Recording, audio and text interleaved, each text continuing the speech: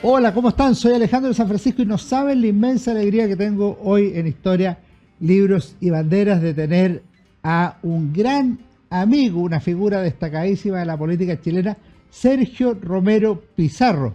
Tiene un currículum tremendo, yo voy a hacer una mini descripción solamente, pero él tuvo muchas actividades gremiales después de haberse titulado como abogado, estudió en la Pontificia Universidad Católica de Chile, fue secretario general de la Sociedad Nacional de Agricultura, presidente de esta casa de la Radio Agricultura, subsecretario de Agricultura en el gobierno del general Pinochet, ya le preguntaremos de eso.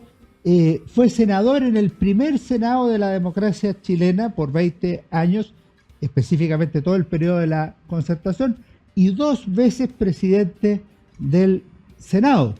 También durante 2 ocasiones fue nombrado por el presidente Sebastián Piñera embajador, primero en España, en el primer gobierno, y en el segundo gobierno en Italia, donde realizó destacada labor.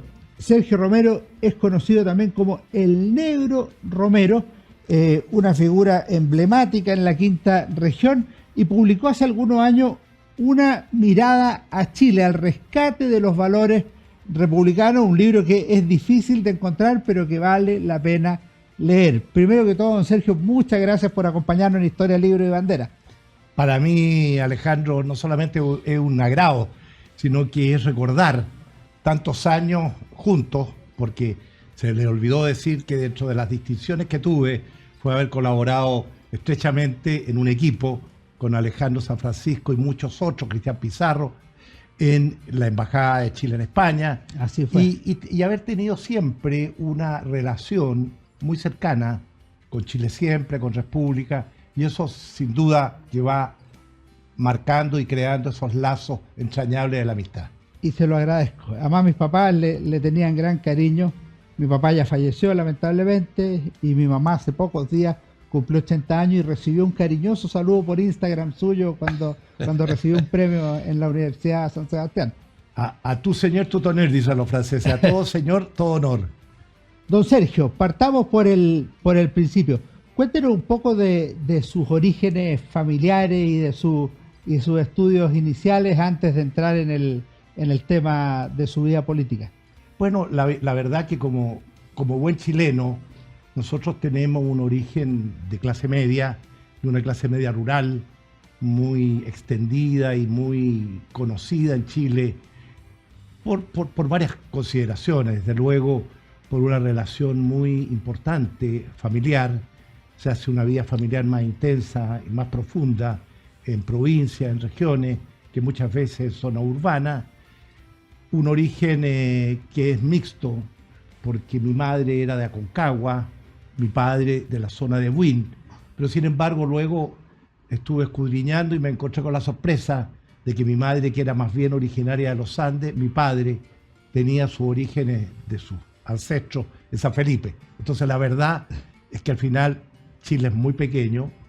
Nosotros estuvimos viviendo en mi infancia en Buin, donde mi abuelo fue alcalde durante muchos años, a principios del siglo XX, en 1900 a 1917, luego mis tíos, mi padre también desarrolló labores en la municipalidad, pero básicamente él trabajaba en la Caja Nacional de Ahorro en aquel tiempo, que era un organismo, una entidad dependiente o antecesora del Banco del Estado.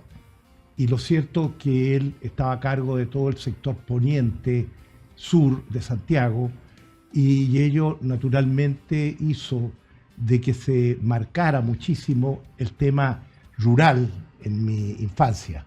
Estudié en un liceo parroquial y luego en un liceo, ¿no es cierto?, una escuela que se llamaba Consolidada, en un liceo moderno, consolidado, de modo que yo era compañero del hijo del que recogía la basura, con el hijo del almacenero o con el hijo de una persona que desarrollara cualquier labor. Y eso tiene mucha importancia en mi vida porque me marca desde un inicio en la diversidad.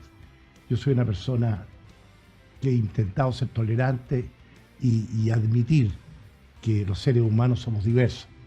Y en este aspecto yo creo que eso fue desarrollándose. Correcto. Y al entrar, como tú decías, a la Universidad Católica, me encontré, podría haber entrado a la Universidad de Chile, pero para mí me llamaba mucho más la atención.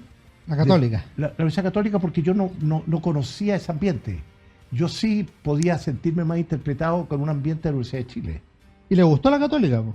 No solamente me gustó, sino que quisiera partir con una anécdota, a lo mejor interesante. A verla. En el primer año, cuando se trataba de escoger, y ahí termina en el libro, está diseñada esa anécdota,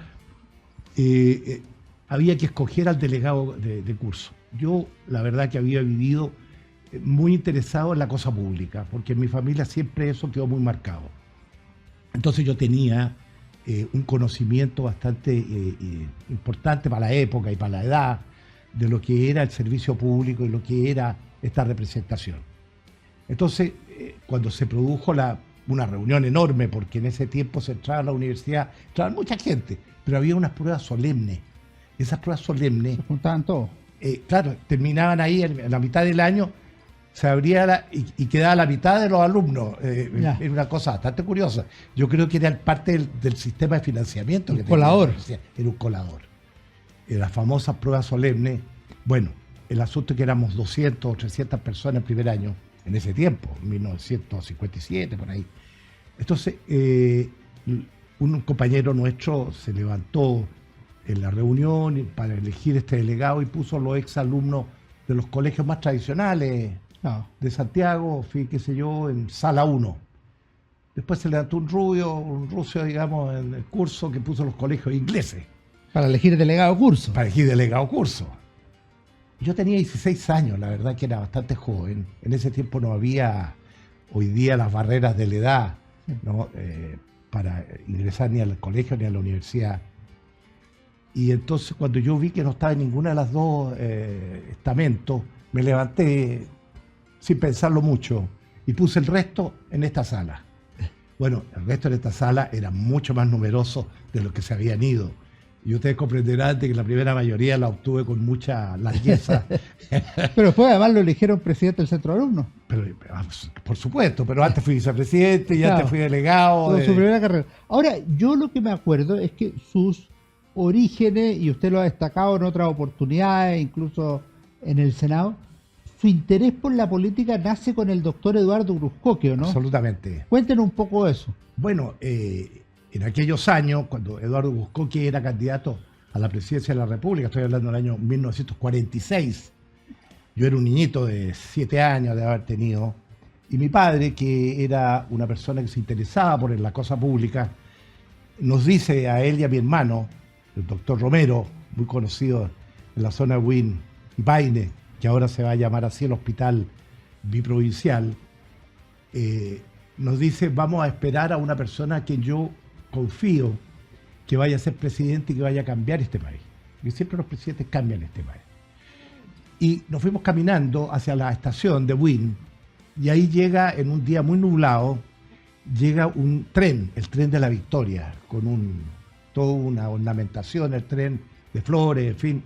Y el doctor Cruzcoque, una persona delgado, con una cara afilada y de un verbo muy encendido, causa un impacto en un niñito chico como era yo en ese tiempo, y sorprendentemente se me queda grabado en la retina esta figura.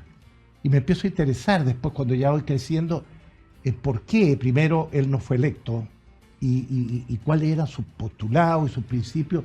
Y finalmente, cuando llego a Santiago y entro a la universidad, consigo de que el doctor Cruzcoque, digamos, de que el doctor Cruzcoque recibía los días jueves en la tarde a un grupo de personas cualquiera que iban a su casa, y él les abría las puertas y los recibía de 7 de la tarde a 9 de la noche. No, a conversar. A conversar. Entonces yo iba todos los jueves, lloviera o no lloviera, hiciera calor o no hiciera calor. Y lo cierto es que él, yo diría,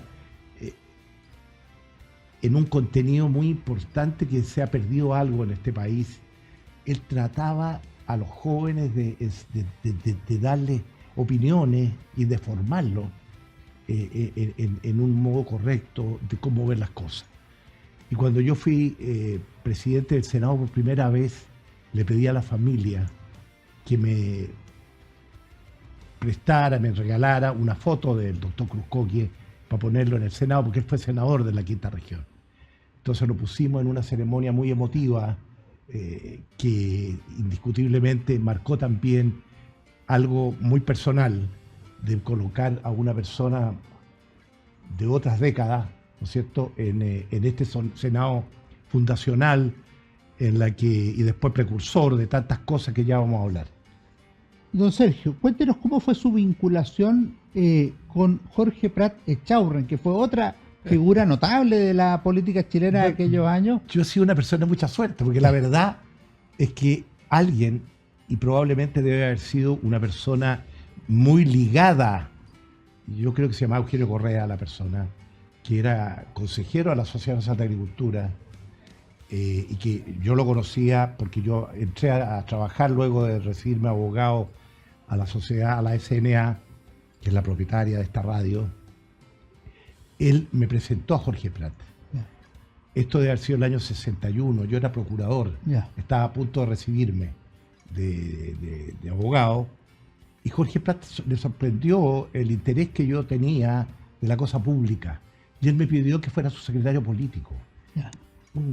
Un título que excedía con mucho, ¿no?, lo que yo podía ser capaz de desarrollar o de hacer. Y entonces yo iba todos los días, cuando podía, a su casa, y entonces él me pedía que ir a las reuniones. Después fue precandidato a la presidencia de la República, 64, claro. el año 63. Claro, para la elección del 64. La elección del 64. Y yo recuerdo de que en una famosa reunión, que es histórica, en la casa de Roberto Bajols, que era otro precandidato a la presidencia, porque él tenía que ir con alguien que él designara un apoderado, una especie de apoderado, y él me pide a mí, Yeah. compadre.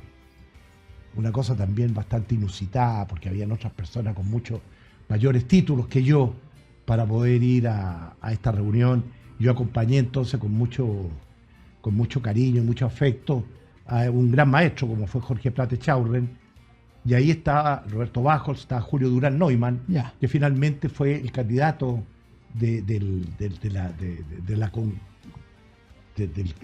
conglomerado, digamos, de partidos, ¿no?, y que finalmente terminó con la elección de Frei Montalva a la presidencia de la República. Así fue. Brevemente, para terminar este primer bloque, don Sergio, ¿cómo se vinculó usted a la Sociedad Nacional de Agricultura y a la Radio de Agricultura, donde tuvo una labor bastante intensa? O sea, la FISA es muy crucial en la gestión que usted hizo, y de alguna manera poner a la Radio de Agricultura en una dimensión más profesional, de audiencia y de relevancia también estuvo en su La verdad trabajo.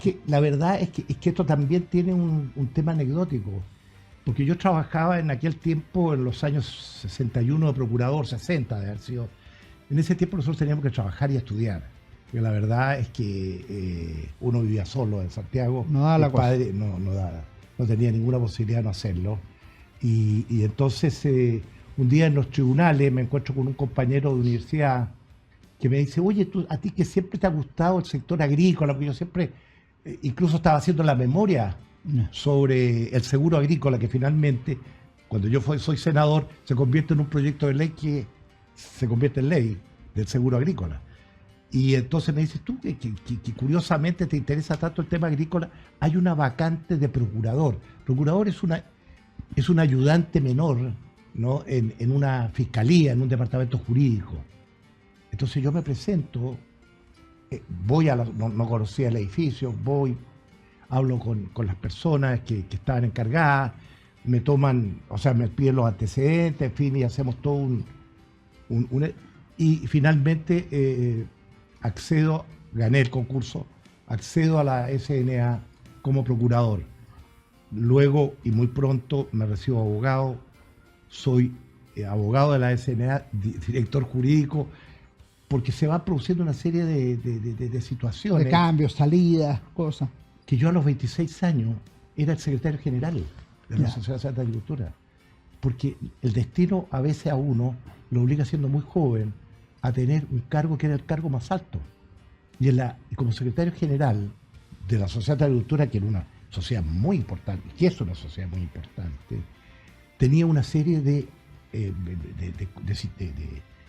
departamentos, le llamaban departamentos, y ahí entonces creamos el departamento de la radio, creamos la empresa que se llamaba, ¿no es cierto?, Radio Agricultura, y estas Radio Agricultura adquirieron una estructura de una empresa eficaz, de una empresa con punch y de una empresa que iba a tener un valor extraordinariamente importante en defensa de la libertad, como fue el tiempo de la Unidad Popular. Luego nos hicimos cargo de la FISA, que era simplemente una exposición agrícola, ganadera, industrial, pero que nosotros la habíamos transformado luego del cambio de la Quinta Normal de Agricultura, en la que yo participé como procurador. Yo era procurador en ese tiempo. En hacer el cambio hicimos todos los estudios de título y nos compramos unos terrenos en Maipú. Es otra historia muy larga que probablemente le va a interesar a alguno, y se convirtió en la primera exposición internacional de Latinoamérica. Perfecto. Con un éxito espectacular, y que no solamente tuvo un éxito espectacular, sino que a la Sociedad de Agricultura le permitió de que el 99% de sus ingresos ahora fueran las empresas como la FISA y no los aportes de los socios, que eran antes el 99%. Le daba más proyección. Vamos a volver de inmediato a seguir conversando con Sergio Romero Pizarro, una mirada a Chile al rescate de los valores republicanos, y vamos a entrar derechamente en su propia actividad política, don Sergio. La Universidad San Sebastián presenta los tomos 7, 8 y 9 de la colección Historia de Chile 1960-2010. Es una obra que nos ayudará a conocer y a comprender las últimas 5 décadas del Bicentenario de Chile. Lo puedes encontrar en las mejores librerías del país y en buscalibre.cl. Historia de Chile 1960-2010. Volvemos a nuestra conversación con el ex senador y ex embajador Sergio Romero Pizarro a propósito de su libro Una mirada a Chile al rescate de los valores republicanos, publicado por el Mercurio Aguilar. Don Sergio, usted fue nombrado subsecretario, pero le dijeron que en la práctica iba a ser una especie de ministro por ahí por 1976. No una especie, sino que un ministro. Y la verdad es que esta es una historia bastante desconocida, y hoy día, a raíz de la pregunta que tú me estás formulando y que yo señalo también en el libro que tú estás destacando hoy día, se produce un fenómeno realmente interesante, porque en otra anécdota, yo soy un hombre de anécdota, iba con don Ricardo Aristía, que era presidente o fue presidente de la Sociedad Nacional de Agricultura, una persona muy querida, y estábamos organizando la CODECER, que es la Corporación de Desarrollo Rural, del sector rural en la parte educacional, CODECER. Y esto fue gracias a Miguel Cast, que era ministro de Desarrollo Social, que era de WIN, a quien yo conocía, y que él va a hablar conmigo como secretario general y me dice, mira, ustedes tienen que hacerse cargo de esto porque esto es un desastre, todo el tema de las escuelas agrícolas en Chile. Y nosotros nos hicimos cargo a través de CODECER. Y cuando estábamos en eso, en San Fernando, yo iba manejando un Peugeot que tenía, en fin, qué sé yo, y advierto de que me viene siguiendo un radio patrulla carabinero hace mucho rato. Para simplificar el tema, paro, se bajan los carabineros y me dicen, perdón, lo venimos siguiendo, si me doy cuenta, le digo yo, por eso me detuve, es que andamos buscando a un señor Romero, cuyo nombre es Sergio. Soy yo, le digo. Me va a perdonar, pero usted tiene que volver a Santiago porque el presidente de la República desea hablar urgentemente con usted. Frente a esa situación, terminamos de hacer las cosas que teníamos que hacer, volvemos, llamo por teléfono al dato que me había dado, que era el general Sergio Covarrubia, que era el secretario general del gobierno, y le digo, general, yo he sido advertido de esto, le quiero agradecer muchísimo de que me estén solicitando una reunión con el presidente, no sé de qué se trata, yo tampoco, me dice, general, pero yo primero me debo a mi familia, le dije, y mi señora está esperando familia, está esperando mi cuarto hijo, y yo tengo hora en el médico y voy a acompañarla. Después de esa hora, si todavía es posible, yo podría ir a ver, estar a las 7 de la tarde, al presidente de la República. Y me di el gusto, no el gusto, sino que el lujo, por un problema familiar muy justificado, de llegar a las 8:30 de la noche al edificio Gabriela Mistral. El Diego Portales. El Diego Portales, no conocer, encontrarme, porque yo la verdad que tampoco lo conocía mucho, me había encontrado en la FISA cuando había ido, pero así muy circunstancialmente, y me dice, mire señor, me dice... ¿Con el general Pinochet? Con el general Pinochet. Mire, me han hablado mucho de usted, me dice general, y yo quiero ir porque lo he estado esperando, me dice. ¿Cómo está su señora? Bueno, primero me sorprende la calidad humana de la pregunta, porque efectivamente él se interesó por este gesto o este dato que probablemente se lo debe haber dado al general Covarrubias. Entonces me pregunta por mi familia. Entonces yo me dice, quiero que usted sea el próximo ministro de Agricultura. Le digo, me sorprende, le digo yo, porque la verdad no tenía ninguna información previa, no, me dijo, esto es algo que ha sucedido, pero yo quiero que usted sea el próximo ministro de Agricultura. Entonces, después de conversar, obviamente me dice que tenemos un problema. Usted va a ser el ministro de Agricultura, pero con rango de subsecretario. No lo entiendo, le dije. Entonces voy a tener un ministro.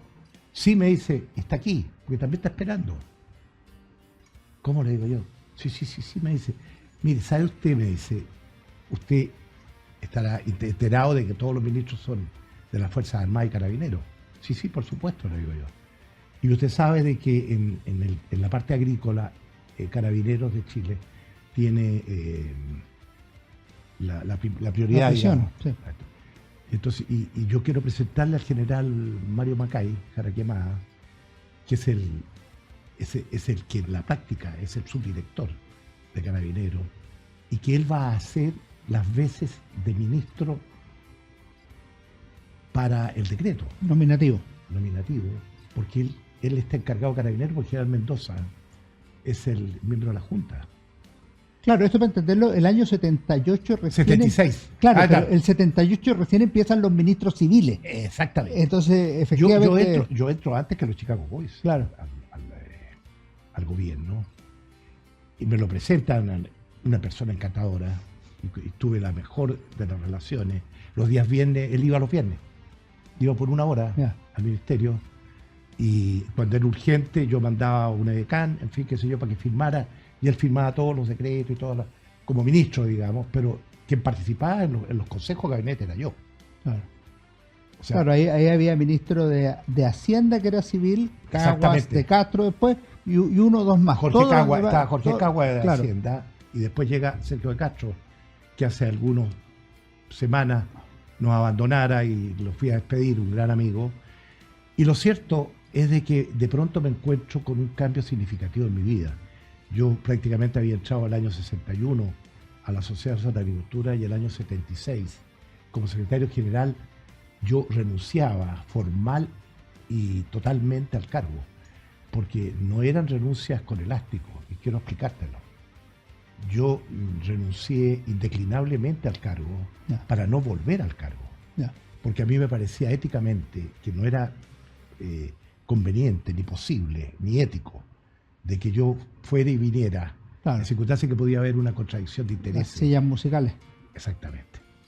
Entonces, pero esto, curiosamente, tuvo un cambio. Ahora a usted le quedó gustando la política, porque el año 89, cuando se abren los registros para las elecciones de senadores y diputados, usted le proponen ser candidato a senador por la quinta región, y asumió la candidatura, que no estaba fácil, y la ganó.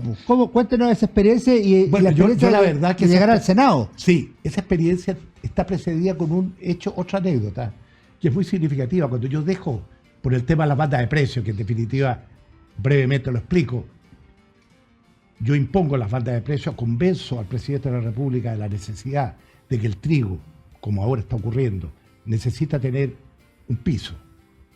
Y con la anuencia de Sergio de Castro y Hernán Vigi, que era el asesor, establecemos esto, se produce un fenómeno en que la gente, los Chicago Boys más jóvenes, encuentran de que esto de que yo haya establecido esta falta de precios de agricultura hacía de que yo no era una persona exactamente un Chicago Boys. Nunca lo fui tampoco, pero no por eso dejaba de entender la bondad de la libertad económica que se estaba estableciendo en Chile. Pero, terminado ese proceso, y 2 años después, hay una elección de consejeros de la Asociación de Agricultura, y alguien, que yo tengo muchos amigos del sector agrícola, alguien o varios, presentan mi candidatura a consejero de la SNA, que es una elección bastante curiosa y muy democrática, porque es cada socio un voto. Ya. Y obtengo una votación mayoritaria enorme, una votación que prácticamente excede ningún parámetro que uno pudiera entenderlo, lo que significaba de que yo estaba con un respaldo enorme. Y me di cuenta entonces que sin quererlo estaba en una posición de política gremial importante. De ahí entonces me nombran vicepresidente, como consejero vicepresidente de la SNA. Y luego paso a ser vicepresidente de la Confederación de la Producción y Comercio. Yeah. Porque con Manuel Feliu a la cabeza hacemos un nuevo cambio dentro de los organismos empresariales. Porque yo señalo de que es necesario hacer una renovación de ideas junto con Manuel Feliu. Entonces creamos toda una campaña de crea en la empresa crea. Y ampliamos la base empresarial de la Confederación de la Producción y Comercio. Y cuando estamos en esto, recibo la visita de Sergio Onofre Jarpa. Sergio Onofre Jarpa. Pedro Ibáñez Ojeda y Andrea Lamán a mi oficina. Perfecto. En que me invitan a ser candidato a senador por Santiago Poniente. Porque yo soy de Buin, me dicen. Y me encuentro en una otra anécdota con que se produce dentro de la Alianza por Chile una situación muy compleja. Pues yo tendría que haber sido el compañero de lista de Jaime Guzmán. Y con mi conocimiento agrícola y la zona del poniente sur de Santiago, simplemente yo era el favorito. Y no lo era Jaime Guzmán. Entonces se produce un tema que termina en que yo, y lo voy a decir así en esos términos muy gratos, siendo candidato a senador como segunda línea, digamos, de Edmundo Luchanz, que era el hombre más poderoso en ese tiempo, digamos, y muy importante, porque era un gran líder, ¿no?, de la quinta región, y yo voy de candidato a senador independiente, con el respaldo de Renovación Nacional, por Valparaíso, y ahí entonces me cambio a mi apellido Pizarro, a Concagüino, y recojo entonces desde Aconcagua, bajo desde Aconcagua a caballo, ¿no? Y conquistamos de las 26 comunas, 24 comunas en las que ganamos largamente y ganamos una senaturía que luego se ve de nuevo repetida y por tercera vez. Con primera mayoría incluso. Exactamente. Por la tercera vez adquirí un 41%, 41% de los votos. Sí. Y ese 41% que no tenía ningún problema, me permitió decir, como siempre, hay que ser fiel a lo que uno piensa. Y yo dejé de ser voluntariamente porque me parecía que uno no puede eternizarse en estos cargos. Estos cargos requieren que vayan siendo renovados. Claro. Y a mí me parecía que 20 años era una fecha, un dato que era importante y que yo creía de que había que reemplazarlo. Si usted, don Sergio, tuviera que rescatar 2 o 3 cosas de ese Congreso, de esos 20 años que usted estuvo en el Congreso, ¿qué destacaría? A mí me llama la atención, por ejemplo, el nivel intelectual y político de una parte importante de los senadores de todos los partidos. O sea, Gabriel Valdés, Viera Gallo, Ominami, Núñez, Sergio Vitar, Jaime Guzmán, Joven Novoa. Pero entran en distintos, de los 20 años entran en distintos momentos, pero hay mucha gente de buen nivel. De gran calidad. Lo que ocurre es que como en todas estas situaciones y circunstancias históricas, cuando las instituciones se prestigian, como se prestigiaron desde un principio, con Gabriel Valdés, luego con Sergio Díez, yo presidente por primera vez el año 98, nosotros no fuimos a calentar asientos, fuimos a hacer un país nuevo, porque en definitiva lo que había ocurrido en Chile era algo muy complejo, en que se había destruido conceptos muy fundamentales de convivencia. Lo de la unidad popular, que lo recordamos hace los 50 años, ¿no es cierto?, del golpe, como le llamaban, quedó bastante claro, ¿no?, de que aquí hubo un desarme de la institucionalidad chilena, un amago muy grave hacia la libertad, y todo esto requería de que este Senado fundacional particularmente tuviera una misión, y esa misión era rescatar los valores republicanos que había tenido Chile desde 1833. Lo voy a decir en esa fecha para saltarme los primeros años, ¿no es cierto?, de la independencia, y ser constitucionalista y entender de que el año 1833, con Portales, con Egaña, ¿no es cierto?, una gran constitución para después saltar a 1925, casi 100 años, y de 1925 a 1980. Yo en este libro que estamos presentando, digo, en alguna de sus partes, señalo y digo, eso está escrito hace el año 2015, digo, hay algunos que sueñan con hacer reformas constitucionales improvisadas, eso no es así, eso no va a resultar. Esto es un proceso que requiere una maduración muy fundamental. Entonces, en ese Senado, nosotros ¿qué hicimos? Primero, rescatamos algo que era muy importante, que era la convivencia y el respeto y la tolerancia a la diversidad. Y de ahí nosotros fuimos capaces, y quiero recordar, de que existía una especie de una cámara oscura, en que no se sabía cuáles eran las remuneraciones que tenían los senadores, cuáles eran las asignaciones que tenían. Nosotros las transformamos en una caja de cristal, una caja negra se transformó en una caja de cristal. Eso usted lo planteó en la presidencia del Senado del 97. No, y además lo hice en la práctica. ¿Por qué? Porque resulta que implanté un sistema de informática legislativa que fue la modernización del Senado.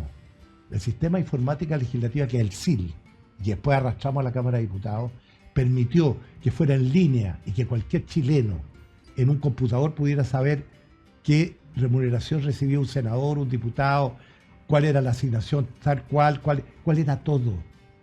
Entonces, esto, que causó una gran impresión en su tiempo, terminó el secretismo, dice en un titular de la segunda, terminó el secretismo en Chile. Yo creo algo que también tiene mucha importancia en términos de combatir la corrupción, porque la corrupción hay que combatirla siempre. ¿Y qué ocurre? Ocurre de que nosotros nos encontramos con que muchos, con buenas intenciones, quieren apresurar los procesos. Siempre hay gente que quiere apresurar y otros que quieren madurar los procesos. Hay unos que se precipitan, voy a decirlo así, digamos, y quieren apresurarlo. Y hay un grupo de senadores que somos lo suficientemente sólidos como para decir no es el minuto de hacerlo. Debemos esperar de que la transición realmente se desarrolle, porque si no se desarrolla de acuerdo con la normativa, nosotros vamos a correr el riesgo de que se trunque una situación que había sido convenida en los años finales del 89, 88, 89, la negociación de Carlos Cáceres. Exactamente, y eso no nos parece que sea lo razonable. Eso provoca un quiebre al interior de Renovación Nacional. Ahora, brevemente, usted propició un acuerdo amplio el 2005 en su nueva presidencia del Senado con el presidente Ricardo Lagos. Exactamente, y nosotros tomamos la iniciativa y presentamos nosotros, firmado por mí, por Sergio Díez, por Hernán Larraín y por Andrés Chadwick, un proyecto de reforma constitucional, y le pedimos a la concertación que presentara otro, que lo presenta José Antonio Vera Gallo, Enrique Silva Sima, y Sergio Vitale, entiendo. Y con eso y con eso entonces hacemos un debate de un año, que fue mi segunda presidencia, en que el primer artículo que reformamos es el artículo 8. Todo acto o resolución de gobierno o público debe ser público. Y eso termina con todo lo que era el secretismo de las licitaciones y todo lo demás. Y después hacemos todos los cambios y el término de todas las senadores designados, etcétera. Don Sergio, vamos a hacer el último alto y volvemos a conversar un par de acontecimientos. Se lo dejo anunciado uno: el asesinato de Jaime Guzmán. Volvemos con Sergio Romero. Una mirada a Chile en Historia, Libros y Bandera. La Universidad San Sebastián presenta los tomos 7, 8 y 9 de la colección Historia de Chile 1960-2010. Es una obra que nos ayudará a conocer y a comprender las últimas 5 décadas del Bicentenario de Chile. Lo puedes encontrar en las mejores librerías del país y en buscalibre.cl. Historia de Chile 1960-2010. Volvemos a nuestro último bloque con Sergio Romero. Estamos viendo su etapa en el Senado, 20 años decisivos en la historia de Chile, los gobiernos de la concertación al rescate de Chile, para quienes quieran consultarlo posteriormente. Le preguntaba por el asesinato de Jaime Guzmán. ¿Fue el momento más traumático de la renacida democracia y de la historia del Senado reciente? Yo diría que fue uno de los más traumáticos, y particularmente que golpea con mucha fuerza lo que nosotros habíamos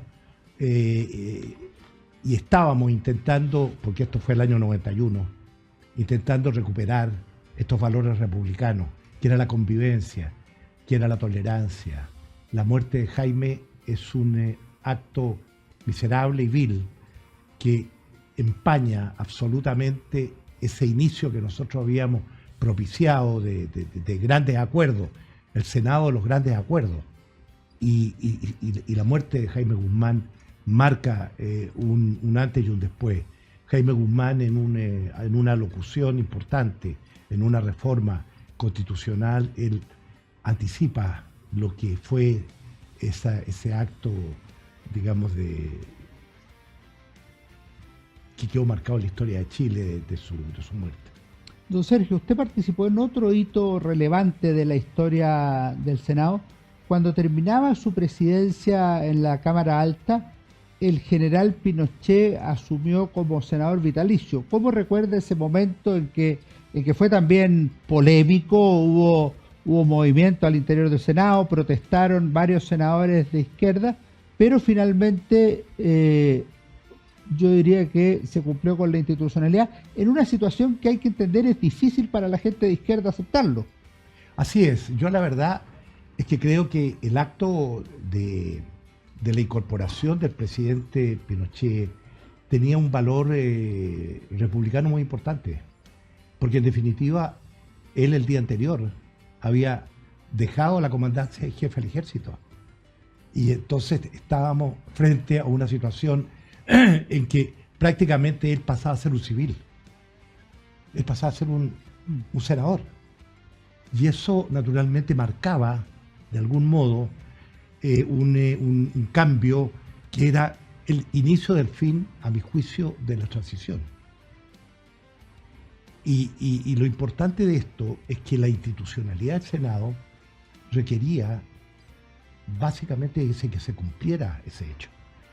Y nosotros concordamos un procedimiento que no fue cumplido por algunos senadores y que en definitiva terminó por ser un acto en la que la institucionalidad mostró con claridad y con firmeza de que las cosas había que hacerlas como correspondía y no como querían la gente que grita o que la gente que provoca violencia.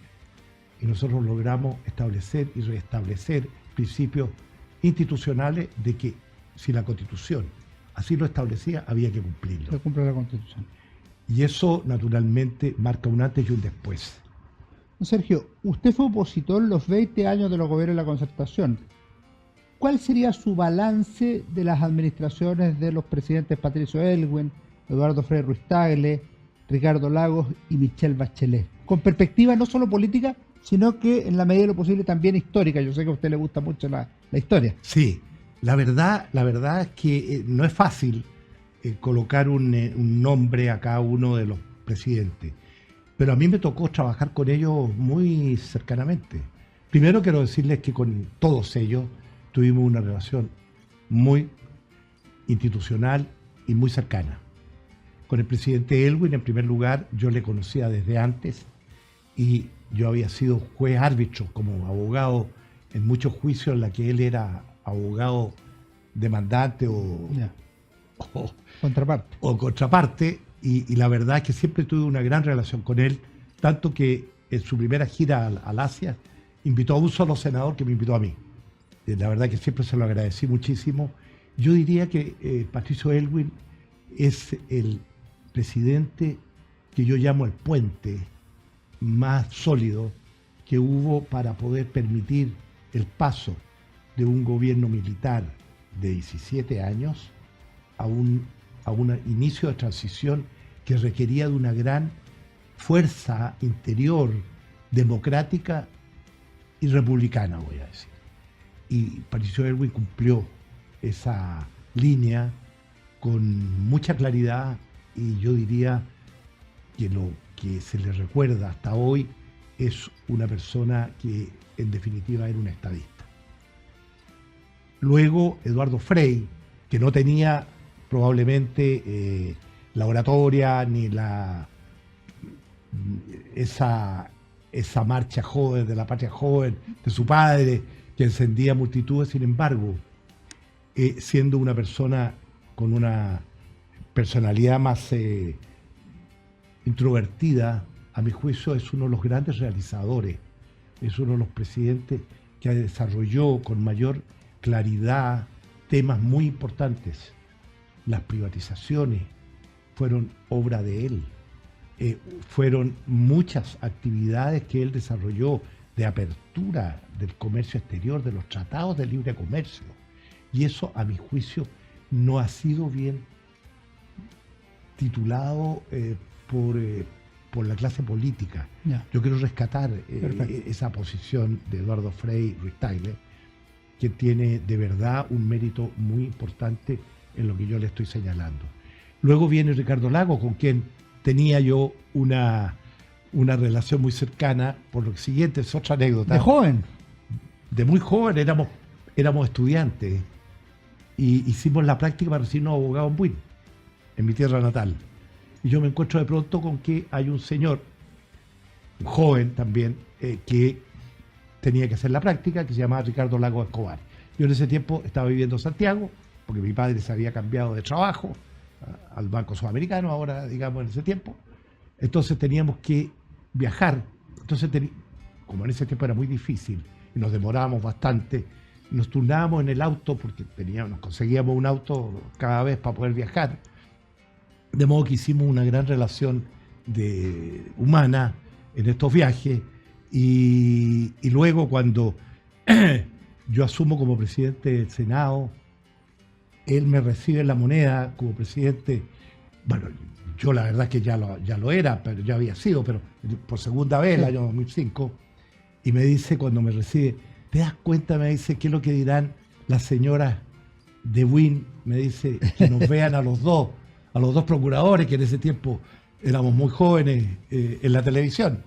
Y yo le digo, no te preocupes, Ricardo, le digo, yo creo que ellas ya fallecieron, ya se fueron, destacando que ya habíamos también crecido en edad y aquellas personas que nos pedían asesoría probablemente ya habían estado muy viejitas y no estaban en este mundo.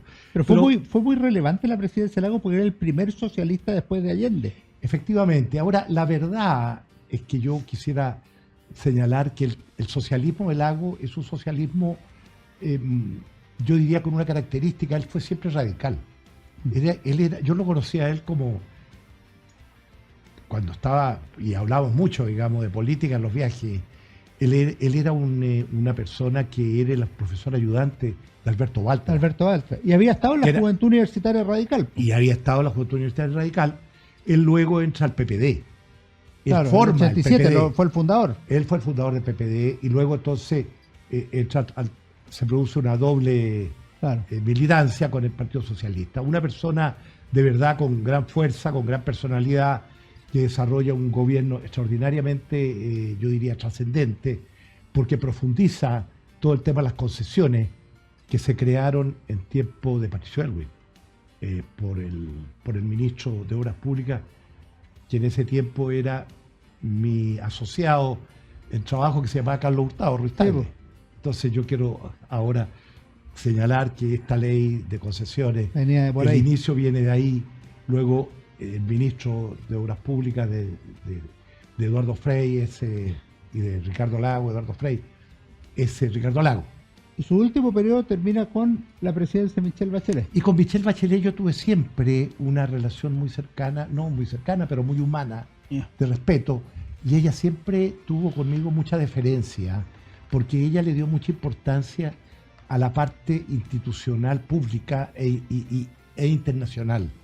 Y ella tenía una gran, yo diría, disponibilidad de idioma. En primer lugar, manejaba muy bien los idiomas, y ella era muy cercana a muchos dirigentes internacionales, y eso permitió de que su gira colocasen a Chile siempre en un lugar bien importante. Yo quisiera destacar esa parte, porque en la otra yo tenía algunas contradicciones, pero quiero destacarla, y además por su sentido muy humano. No puedo dejar de preguntarle, don Sergio, por el presidente Sebastián Piñera, que falleció ahora en febrero, y a quien usted sirvió, a él y a Chile, como embajador en España y también en Italia. Bueno, Sebastián Piñera fue primero una persona, un amigo mío, una persona muy cercana. Trabajamos juntos 8 años como senadores, hicimos muchos proyectos en conjunto. El primer proyecto que se presentó de medio ambiente fue un proyecto que yo presenté y que le pedí a él que me lo patrocinara, porque podíamos hacerlo 5 personas. Y siempre tuvimos una relación muy humanamente cercana. No obstante que políticamente a veces teníamos miradas diferentes, pero eso no significaba de que tuviéramos una falta de respeto o de consideración entre uno y otro. Siempre fuimos, y yo he lamentado mucho su partida, y quiero decir de que efectivamente fue una persona de una gran gestión. Es una persona que ordenó el país, y lo ordenó en términos, yo diría, muy portalianos, porque en definitiva él se involucró de manera tal de que era difícil distinguirlo cuando uno entraba a su despacho por la cantidad de carpetas. Tenía carpetas por todos lados. Tenía carpetas por todos lados y una memoria impresionante. Y lo cierto es que siempre tuve una relación muy cercana como embajador, tanto en España como en Italia, y él siempre no consideró y respetó mis puntos de vista. Yo quiero destacarlo y quiero decirle al país de que su partida fue una partida que no solamente los que lo conocimos y que compartimos su idea lo sentimos, sino que lo sintió mucha gente, que a veces lo miraba de una manera distante, pero que finalmente terminó adueñándose del corazón de los chilenos. ¿Cómo ve, don Sergio, la derecha del futuro? ¿Qué necesita? No de candidaturas ni de luchas pequeñas, sino que de grandes ideas o de grandes luchas hacia adelante. Yo creo que lo que los chilenos necesitamos todos, sean de derecha o de izquierda, es que de una vez por todas la institucionalidad chilena se ordene. Y la manera de ordenar a la institucionalidad es entender primero que los partidos políticos son medios para alcanzar un fin, y no son fines en sí mismos. 1. 2. Que la actividad política no es una actividad remunerada para tener una determinada asignación remuneracional, sino que es un servicio al país, de entender que la política es un servicio a Chile. Y desde esa perspectiva ordenar los partidos, cambiando una ley electoral infame, que yo en el libro la denuncio como un traje de payaso, y lo digo en el Mercurio, lo digo en todas partes, por de verdad un cambio significativo del sistema político electoral, pero profundo, porque el representante y el representado se tienen que conocer, como yo conocí y ellos me conocieron a mí. Pero no es posible de que hoy día, cuando uno le pregunta a un chileno si conoce a su diputado o a su senador, te dice que nunca lo ha visto. Es que eso no puede ser. Entonces Perfecto. nosotros necesitamos recuperar esto que ha hecho tan importante a Chile, que es el respeto que nos tenemos unos y otros, representantes y representados. Que no hayan 20 partidos o 25 partidos, sino que hayan todos los partidos que sean necesarios, pero que sean sólidos, que sean plataformas no personales, sino que plataformas institucionales de ideas, pero ideas generales. Lo que Chile necesita en la derecha es que nos unamos por encima de intereses personales, por encima de intereses de fracciones y por encima de intereses partidistas. Al final el partido nuestro es el partido de Chile. Chile primero, segundo y tercero. Don Sergio, para terminar, quería preguntarle por recomendación de libro, para mí, para los auditores, no tienen por qué saberlo, yo una de las mejores novelas que me he leído en mi vida, me la recomendó don Sergio, Carlos Ruiz Zafón, La sombra del viento. Entonces, aprovechemos su estadía acá para que nos recomiende algo. Y también Anatomía de un instante. Así es, pues, gran libro. Gran libro. Gran libro de Javier Cercas. De Javier Cercas. También me lo recomienda usted, efectivamente. Yo creo en definitiva de que uno, estoy leyendo mucho y obviamente que no puedo dejar de recomendarle el libro de Daniel Mansuy, de Salvador Allende, por ejemplo, que en definitiva hace una mirada muy, muy interesante de esa época, más allá del personaje. Pero a mí me ocurre de que con la edad me empiezo a retrotraer hacia los orígenes de Chile. Y hoy día he terminado de leer la historia de Chile de don Diego de Rosales. ¿Quién dirá Diego de Rosales? ¿Quién es Diego de Rosales? Diego de Rosales es el primer historiador que hay en Chile, que es un jesuita, que acompaña a Pedro de Valdivia en la conquista de Chile. Y él directamente transmite en esos 3 tomos lo que fue el episodio de la Araucana, vamos a decirlo en términos románticos, ¿no es cierto?, de la Araucana de Alonso de Ercilla y Zúñiga, y hace de que esta conquista de Chile, en que Pedro Valdivia le pide a Pastene, ¿no es cierto?, el hombre que después es el almirante de la América Meridional, de que vaya al sur de este país que está conquistando para saber si efectivamente hay un canal que une los dos océanos. O sea, estamos hablando 20 años antes, había pasado Hernando de Magallanes, ¿no es cierto?, con sus naos hacia las Especias, hacia la isla de las Especias. Entonces, Diego de Rosales cuenta esa anécdota, cuenta por qué se llamaba Reino de Chile. Reino de Chile porque Carlos V quería casar a Felipe II con la reina de Inglaterra. Y la reina de Inglaterra le dice, pero yo soy reina, él es príncipe. Entonces Carlos V le pide a sus asesores que le traigan sus mapas, donde no se pone el sol. Y dice, ¿cuál es el país más pequeño y más pobre? Chile, le dice. Entonces lo vamos a transformar en reino, para que Felipe, su hijo, sea el rey de Chile y así se pueda casar con la reina de Inglaterra. Perfecto, gran recomendación. Entonces, oiga, don Sergio, nos sabe la alegría de haberlo tenido aquí en Historia, Libros y Banderas, de verlo nuevamente. Le deseo lo mejor y ustedes no se vayan porque viene mi recomendación de libro. Muchas gracias nuevamente. Hola, ¿cómo están? Soy Alejandro San Francisco y en nuestro programa Historia, Libros y Banderas, esta semana queremos recomendar Historia del Senado de Chile, una obra de la cual son coautores Gonzalo Vial, Pablo Valderrama y David Vázquez, y tiene la particularidad de trazar la historia del Senado desde aquel primer Congreso Nacional en 1811 hasta el Senado de la Restauración de la Democracia en 1990. Es una historia larga, compleja, con contradicciones, con grandes logros también, pero que en el siglo XX permite ver a figuras notables de la política nacional que pasaron por la Cámara Alta, entre ellos los últimos 3 presidentes de la democracia chilena, Jorge Alessandri, Eduardo Frei Montalva y Salvador Allende.